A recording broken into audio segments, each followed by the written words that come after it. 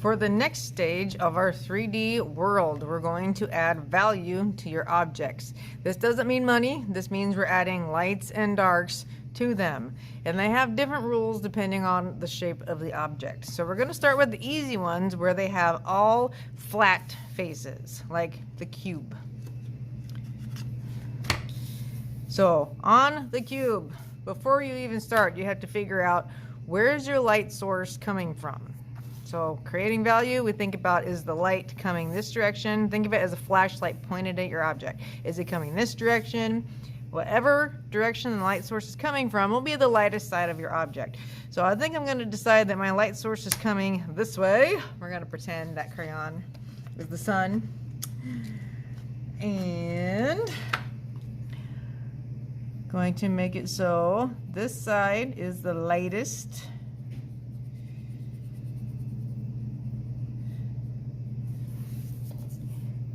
This side will be medium.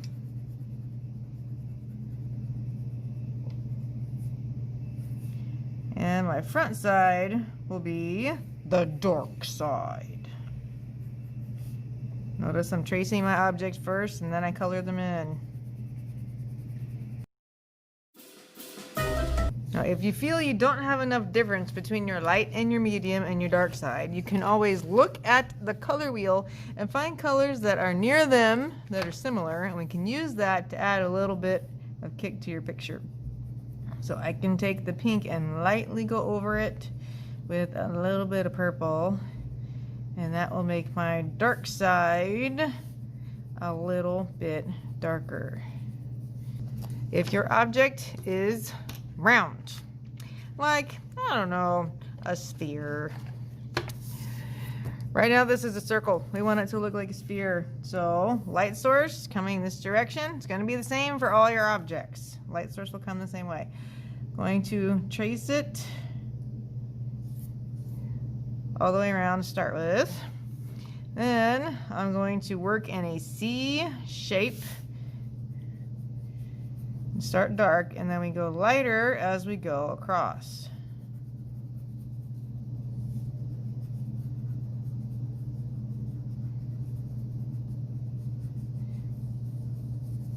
And then I can leave part of it alone and not color it in. Now we have a sphere floating in the sky.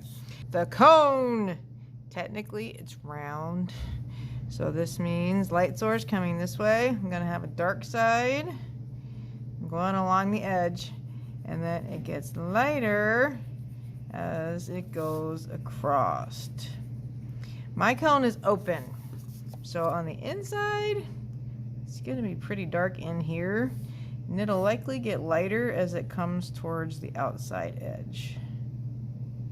A little lighter. So now I have a cone that is open and it looks three-dimensional. For objects like the cylinder, it has a flat face and a round face.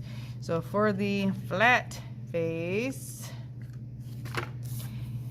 it's going to match the value I have on my cube. So the front is going to be, you guessed it, the dark side. All right, light source comes this direction. So that means it'd be lighter kind of in here. So I'm going to trace along the straight line and then get lighter as I go up. Same thing over here. Start along here, get lighter as I go across. And if you lose your edge between the dark side and the light side, use the same trick that we did before. Find your friends on the color wheel that are near your color. And we can use that to make it a little darker. So front was dark, front will be dark.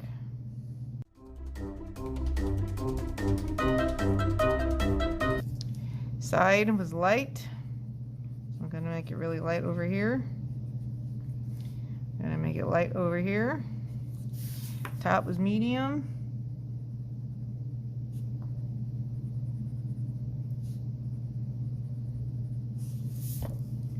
And this one's tricky. It's on the same side as our light, but it's on the inside. So you can always make it darker. And if you have other letters that are round, just think about how is it built? What shape is it similar to that I've already done? So if it has flat faces, you're picking light, medium, or dark. If it is curved, you have to show the change from dark to light, like on cylinders, cones, spheres, etc.